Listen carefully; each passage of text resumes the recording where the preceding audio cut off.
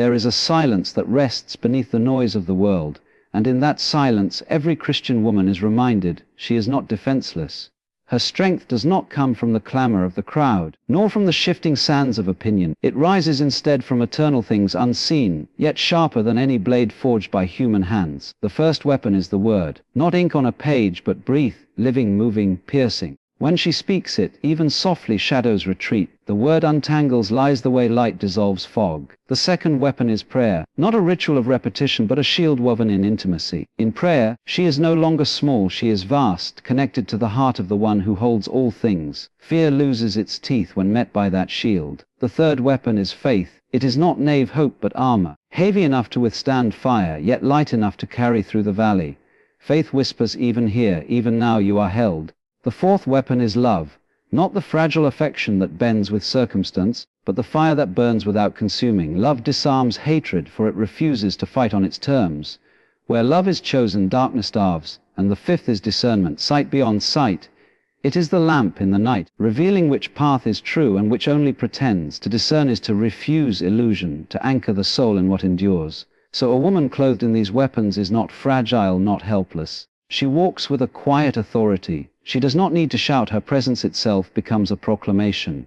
And when storms come, and they will, she will not be undone, for her weapons are not of this world. They are eternal, and they are enough. The word is not merely a book bound in leather or ink that fades with age. It is a living current, sharper than any earthly blade, able to cut through the illusions that entangle the human mind.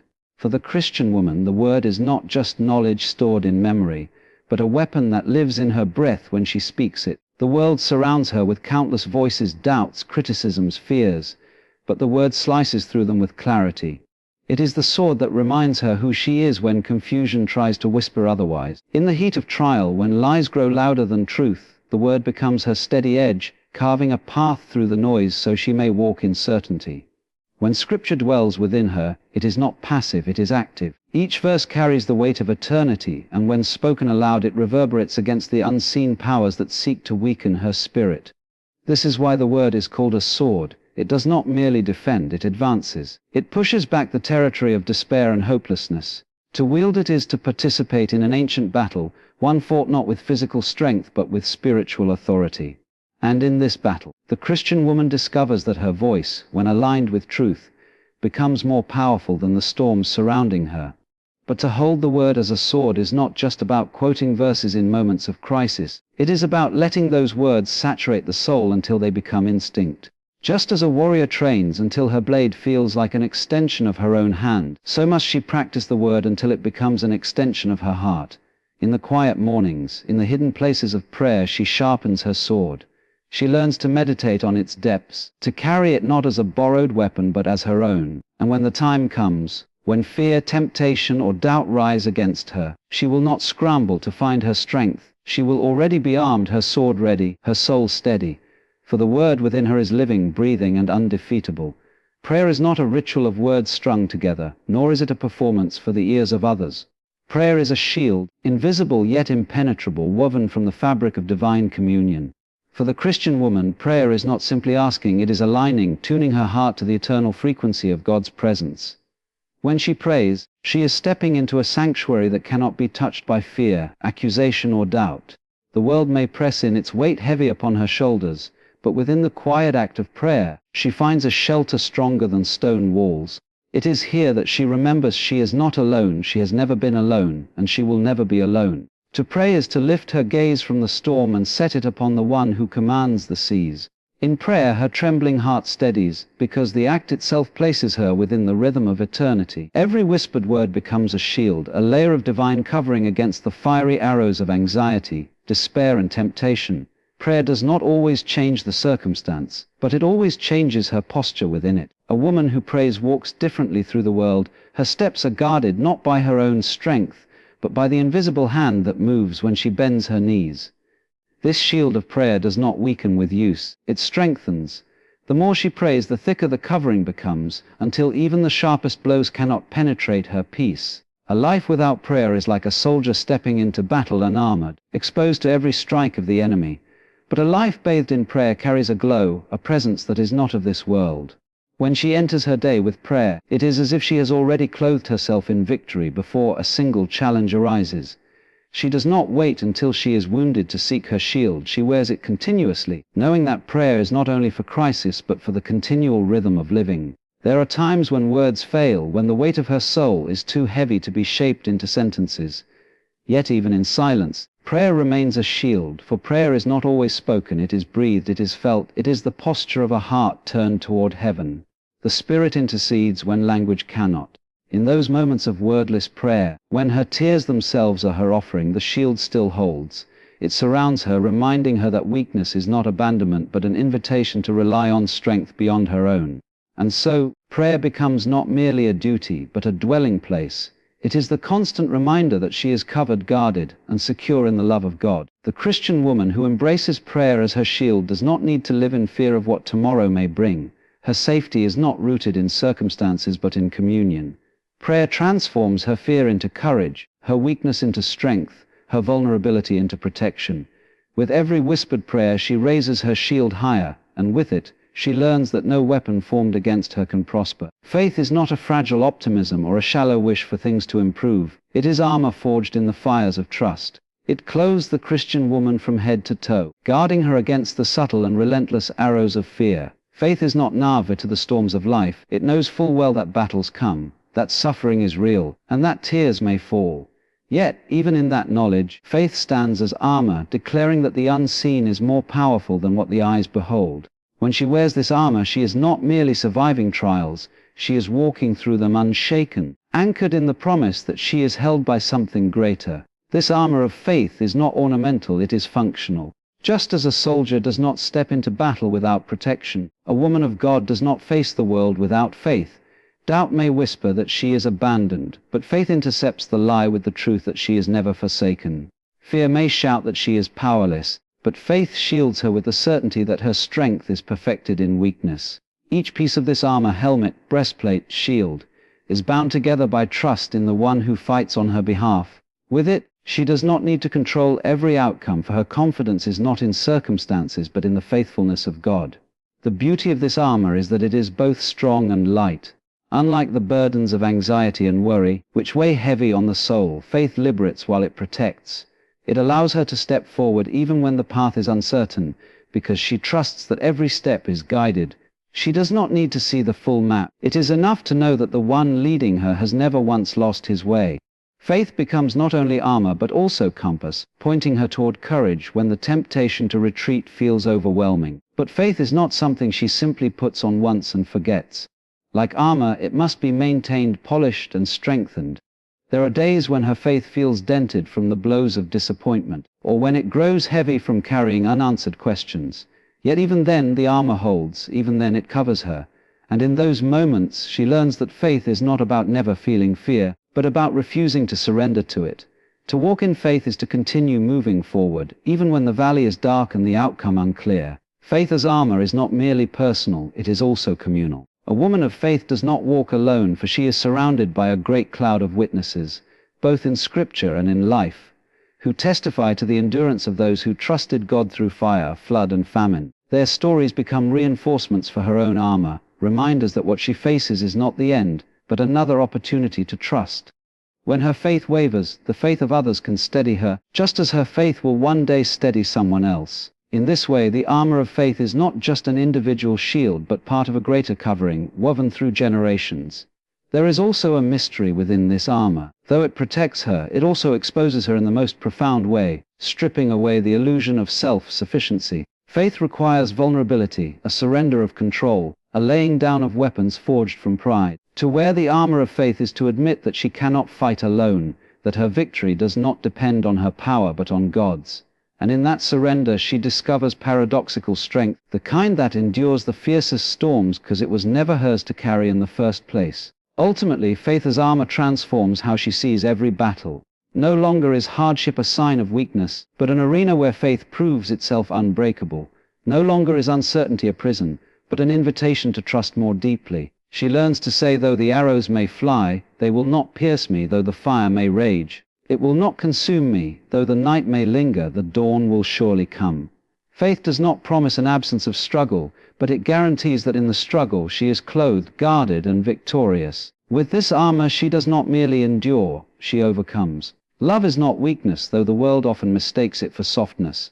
Love is fire, steady, consuming, and unstoppable once it is kindled. For the Christian woman, love is not a sentimental emotion that rises and falls with circumstance, but a spiritual weapon that burns against the coldness of hatred, bitterness, and despair. This love is drawn not from her own strength, but from the eternal flame of God, who is himself love. To carry this fire is to carry something indestructible, something that darkness cannot imitate nor extinguish. When she chooses love, she chooses to fight on a battleground where the enemy cannot win.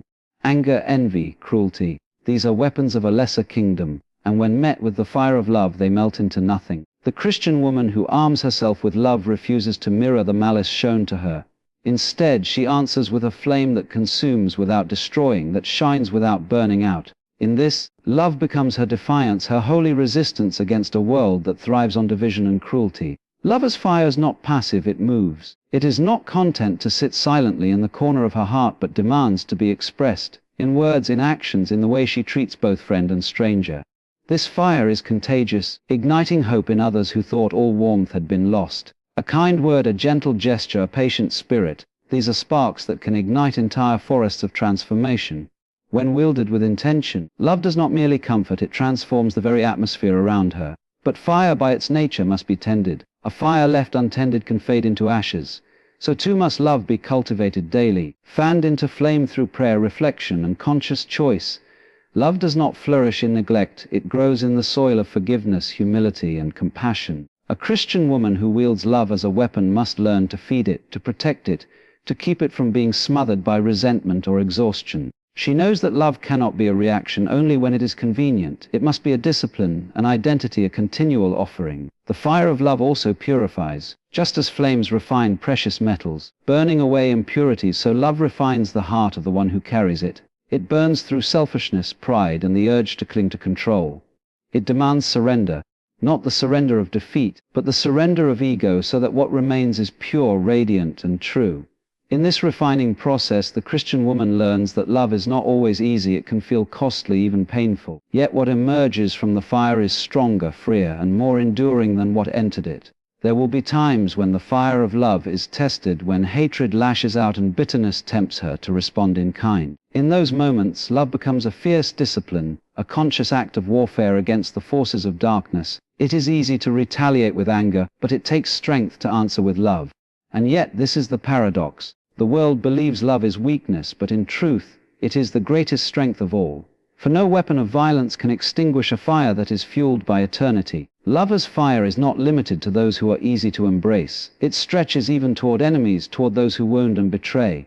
This is where love shines brightest, not in the comfort of reciprocity, but in the risk of giving where nothing may be returned. To love the unlovable is to display a courage greater than any earthly conquest. It is to reveal a flame that cannot be explained by human logic, a fire that bears witness to the divine. In this way, love does not just protect her own soul, it becomes a beacon that leads others out of darkness.